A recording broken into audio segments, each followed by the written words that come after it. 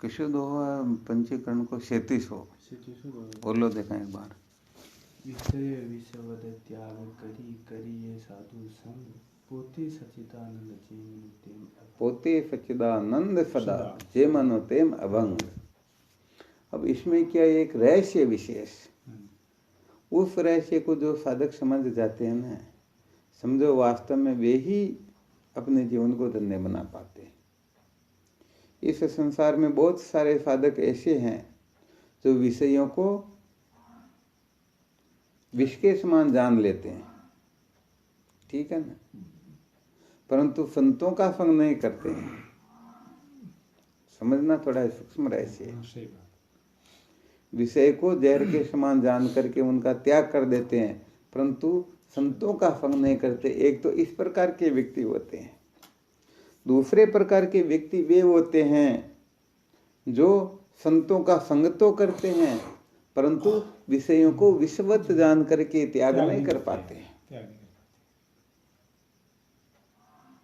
एक इस प्रकार के होते हैं जो न तो विषयों को विषवत जानते हैं न संतों का संग करते हैं,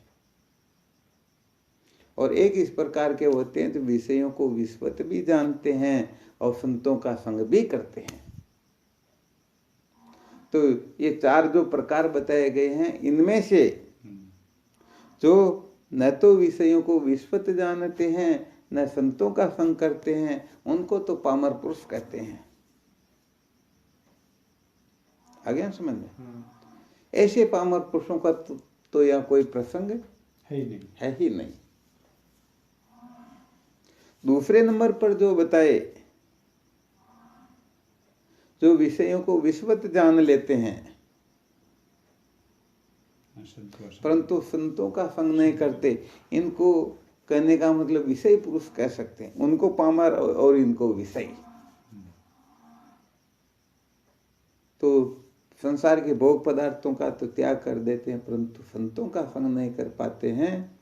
तो होता क्या है, तो यदि सत्य का साक्षात्कार न हो तो धीरे धीरे धीरे पुनः संसार के विषयों में अलम बुद्धि हो जाती है, उनके प्रति वापस अपनी महत्व बुद्धि हो जाती है, प्रवृत्ति हो जाया करती है। इसलिए विषयों को विश्व के समान जान करके त्याग देने से कोई कृतार्थ नहीं होता है। हाँ, उत्तम लोगों की प्राप्ति हो सकती है, परंतु वह कृतार्थ नहीं होता है, उनको मुक्ति लाभ प्राप्त नहीं होता, परम पुरुषार्थ की प्राप्ति उनको होती नहीं है। दृष्टांत के रूप में समझ सकते हैं, जैसे अभी भोजन किया, भोजन करने के पश्चात भोजन से कितना बड़ा वैराग्य होता है। हाँ, इसको तो संत महापुरुषों ने बड़ा गजब का वैराग्य बताया। अर्थात कोई जबरदस्ती करे तो उसे डांट फटकार देंगे, यदि और जबरदस्ती करे तो थप्पड़ रखने पर भी है या नहीं। इसीलिए एक ऐसा सूत्र आता है जिसमें इसका वर्णन मिलता है, इसका भी ग्रहण किया गया। भोजनान्ते शमशानान्ते मिथुनान्ते च या मति सा मतिश्चेत सर्वदा स्या नरो नारायणो भवेत। भोजन के अंत में जैसा वैराग्य होता, शमशान में जैसा वैराग्य होता, और संसार के भोग पदार्थों को भोगने के पश्चात जो वैराग्य होता है, ऐसा वैराग्य यदि किसी को स्थायी हो जाए तो वह नर नहीं है बल्कि साक्षात नारायण है। आ रहा समझ में? भोजन के अंत में तीव्र वैराग्य, गजब का वैराग्य होता है या नहीं होता? चाहे कुछ भी क्यों न कर ले, चाहे कितने भी अच्छे से अच्छे पकवान क्यों न हो, फिर भी उसको खाने की इच्छा नहीं होती। अरे कितना भैंस जितना खा लेंगे, 5 किलो 50 किलो खा लेंगे, आखिर में तो सीमा आएगी या नहीं आएगी? अरे हटाओ, मुझे नहीं चाहिए। तो इतना गजब का वैराग्य, ये वैराग्य भी 8-10 घंटे के बाद में आ गया समझ में, ये वैराग्य भी शांत हो जाता है। तो ऐसे जिनको संसार के भोग पदार्थों से वैराग्य तो हुआ है, परंतु संत महापुरुषों का सानिध्य प्राप्त नहीं हुआ। वो जो बताया थोड़ा विशेष परिस्थिति में बताया। इस जगह पर जो दृष्टांत होता है, जैसे किसी को भूख लगी, भूख लगने पर समय पर भोजन मिल जाए तब तो ठीक है, और न मिले तो क्या होगा, धीरे धीरे धीरे धीरे भूख वापस शांत हो जाएगी। ठीक बात है ना। तो ऐसे भोगों से वैराग्य तो हुआ, परंतु महापुरुषों का सानिध्य प्राप्त नहीं हुआ, तो ये वैराग्य भी धीरे धीरे धीरे धीरे धीरे फिर क्या होगा, शांत हो जाएगा। ये शांत हो जाएगा और वह पुनः धीरे धीरे संसारी हो जाएगा। जैसे पात्र को कितना भी इच्छा साफ क्यों न कर लो, परंतु वस्तु उसमें नहीं लेंगे तो धीरे धीरे पुनः मलिन हो जाएगी। इसलिए जो संसार के भोगों से विरक्त हो जाते हैं परंतु संतों को महत्व नहीं देते हैं, तो उनको उस वैराग्य के फलस्वरूप स्वर्गादि लोकों की प्राप्ति हो सकती है, ब्रह्मलोक की प्राप्ति हो सकती है, परंतु उनका जीवन धन्य नहीं होता। ठीक है ना। इसलिए यदि कोई ब्रह्मलोक तक के भोगों से विरक्त हो भी जाए फिर भी कृतार्थ नहीं हो सकता। इसलिए केवल विषय में से वैराग्य कर लेने से भी काम चलने वाला नहीं। तो यहाँ पर स्पष्ट रूप से संकेत किया गया है, विषय विश्वत त्याग करिए साधु संग। ये थोड़ी विशेष बात है। लोग यहाँ पर अटक जाते हैं, जीवन की बहुत बड़ी नासमझी होती है। लोगों को थोड़ा वैराग्य हो जाए तो अपने आप को सातवें आसमान का खुदा समझते हैं कि मेरे जैसा संसार में कौन है, और वो इस अभिमान में इतने पागल होते हैं कि वास्तव में उस वैराग्य के परिपक्व होने से उनको क्या करना चाहिए ये खोपड़े में बैठता नहीं, और संसार के लोगों का वो तिरस्कार करने लग जाते हैं, वो भोगियों की निंदा करने लग जाते हैं। ये संसार के पामर पुरुष है, ऐसे ही जन्मते और मरते हैं, उनकी बेचारों की निंदा करने लग जाते हैं। तो क्या होता, उनका वो पुण्य ऐसे ही नष्ट हो जाता। तो सचमुच में जीवन में जब जिज्ञासा जागृत होती है, जब वैराग्य उदय होता है, उस समय केवल और केवल मात्र ऐसे संत महापुरुषों की खोज करनी चाहिए जिससे हमें उस वैराग्य से, अर्थात विशेष रूप से जो वैराग्य हुआ, उस वैराग्य के फलस्वरूप हमें क्या प्राप्त करना, उस वस्तु को हम प्राप्त करें। तो वैराग्य के अभिमान से काम नहीं चलता, वैराग्य में अलम बुद्धि कर लेने से भी काम नहीं चलता। ऐसा समझ लो, वैराग्य जो है संत महापुरुषों के सानिध्य में यदि पहुंच जाओगे तो वह वैराग्य आपको जन्म मरण के बंधन से मुक्त कर देगा, और संत महापुरुषों के सानिध्य में नहीं पहुंचोगे तो वह वैराग्य आपको बहुत बड़ा अभिमानी बना देगा, यहाँ तक समझ लो एक प्रकार का असुर बना देगा। आप फिर संसार में लोगों की निंदा करोगे, किसी के साथ किसी के साथ किसी के साथ क्या क्या क्या क्या, ऐसा अपने हिसाब से अपनी अक्ल मुशियारी से लोगों को नापते रहेंगे और लोगों का तिरस्कार करते रहेंगे, ये मेरे सामने क्या है, ये मेरे सामने क्या। जबकि सच्ची बात ये, यदि तत्व साक्षात्कार नहीं हुआ तो कितना भी बड़े से बड़ा वैराग्य क्यों न हो, वो 1% जितनी औकात रखता। तो वैराग्य के बिना वास्तव में सत्य का साक्षात्कार होता ही नहीं। परंतु यदि कोई अटक जाए, वैराग्य से आगे कुछ भी नहीं है, वैराग्य से ही अपने को कृतार्थ समझ ले, तो समझो सचमुच में उससे बड़ा मूर्ख तो और कोई हो सकता ही। इसीलिए कभी कभी ऐसे बड़े बड़े विलक्षण सूत्र सुना देते लोग, इनका रहस्य समझ ही नहीं पाते। वो यहाँ पर इतने अटक जाते रहे, ये बात कैसे कह दी। तो कहने का मतलब, ब्रह्म विचार के बिना कितना भी ऊंचे से ऊंचा साधन क्यों न हो, यदि कोई अटक जाए तो समझ लो उससे तो अच्छा है। अभी समझो कोई मंदिर में टोकरी बजाने में लगा हुआ, हालांकि ठीक इसके बिना काम नहीं चलता है, परंतु एक कक्षा ऐसी आती है कि इससे भी ऊपर उठना होता है। कोई वहां पर अटक जाए तो फिर काम चलने वाला नहीं। भगवान के दर्शन करके, सगुण साकार रूप के दर्शन करके भी कोई अटक जाए, ऐसे इसी से जीवन धन्य होगा, तो समझना चाहिए वह भी तक बालक है। और समझ ले मैं संसार में सबको मुक्त कर दूं, परंतु सच्ची बात तो है यही है कि उसका संग करने वाला कभी मुक्त नहीं हो सकता। इससे अच्छा ये है कि यदि कोई वेश्या का संग करता है तो उसके संग से तो मुक्ति हो सकती है, परंतु उनके संग से, परंतु ये बात बड़ी विलक्षण है। भगवान के दर्शन करने वाला जन्म मरण के चक्कर में भटक सकता है, और वेश्या का संग करने वाला जन्म मरण के बंधन से मुक्त हो सकता है। ये बड़ा विलक्षण रहस्य, इसको और कोई समझ ही नहीं सकता है। आ रहा समझ में? क्योंकि होता है क्या, समझो जैसे मंदिर में कोई रोज पूजा पाठ कर रहा, आरती स्तुति आदि कर रहा, बताओ कोई संसार में उसे कहेंगे ये ठीक काम नहीं करा, बुरा काम करा, कहेंगे क्या? सही बात है। नहीं कहेंगे। तो इसका मतलब क्या, वो संसार के भोले जीव तो क्या होता, ये बेचारे संसार के लोगों से प्रमाण पत्र प्राप्त करके अलमस्त हो जाते हैं कि संसार के लोग सब कह रहे भाई इनके जैसा कोई भक्त है ही नहीं। तो अब वेश्या का संग यदि कोई करे तो बताओ हजारों लोग अंगुली से बताएंगे या नहीं बताएंगे? तो वेश्या का संग करने वाला हजारों लोगों से तिरस्कृत होकर के समझेगा कि सचमुच में मेरा रास्ता ठीक नहीं है, तो वह वहां से ऊपर उठ करके फिर जीवन में कभी उसकी कीचड़ की ओर नहीं जाएगा, भटकेगा नहीं, वह महान मन करके सत्य का साक्षात्कार कर लेगा।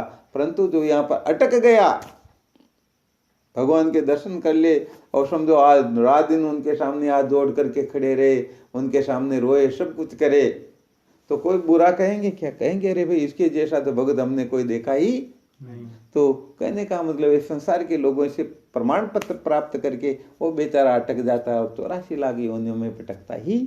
ये सिद्धांत है कि तमें विदित्वाति मृत्यु में तीन अन्य पंथा विद्यते ना, बिना ज्ञान के किसी का कल्याण होता ही नहीं, चाहे कोई क्यों ना हो। आ रहा समझ में? तो कहने का मतलब ये थोड़ी बातें ठीक ठीक समझ में आए ना, तब समझो जीवन अब धन्य हुआ। तो केवल मात्र विषयों का त्याग करके कोई अपने को कृतार्थ समझता है तो अभी तक बेचारा बालक अभी था। जब ब्रह्म विचार की कक्षा होती ना, नित्य गुणोपति विचरता है, को विधि को निषेध है, उसमें इनका कोई ऐसा विशेष हाँ बिल्कुल सत्य बात है।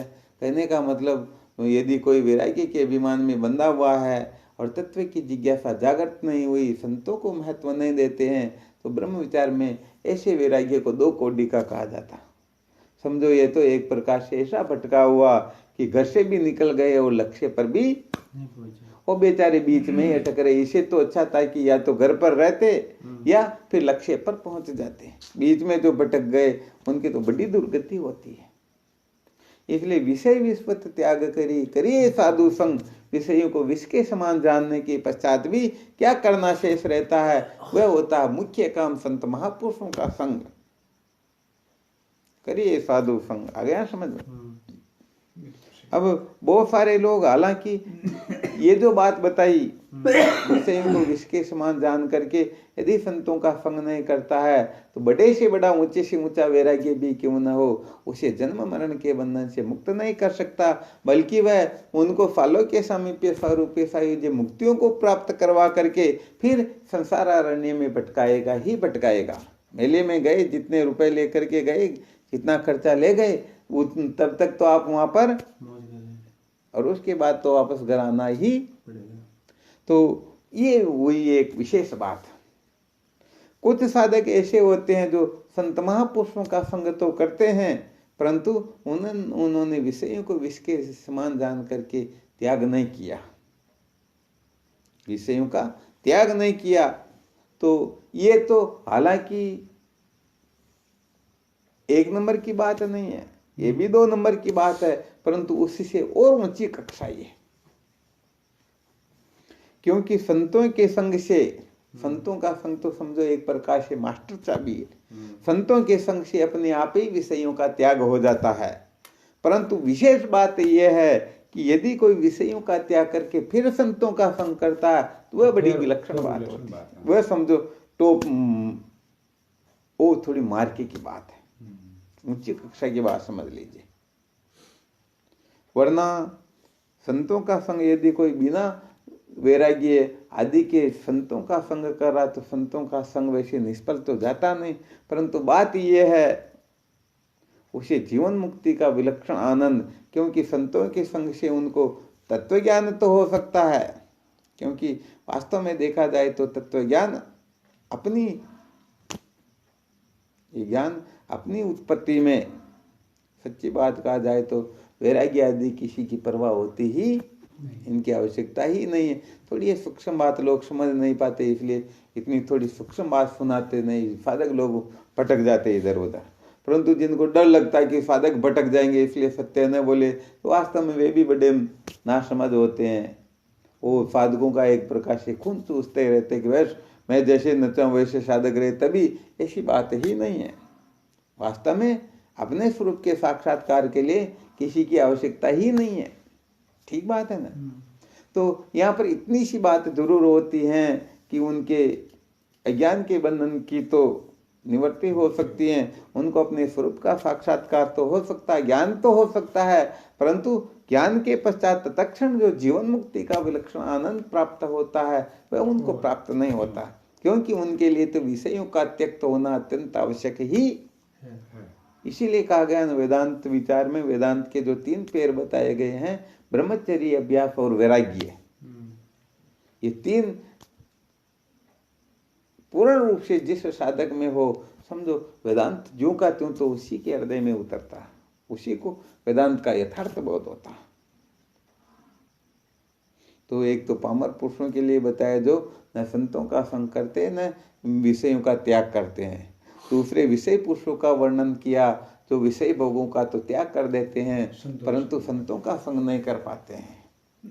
तीसरा जिज्ञासु का बताया, संत महापुरुषों का संग करने वाला ही जिज्ञासु होता है। उसमें यदि पूर्ण रूप से विषय भोगों की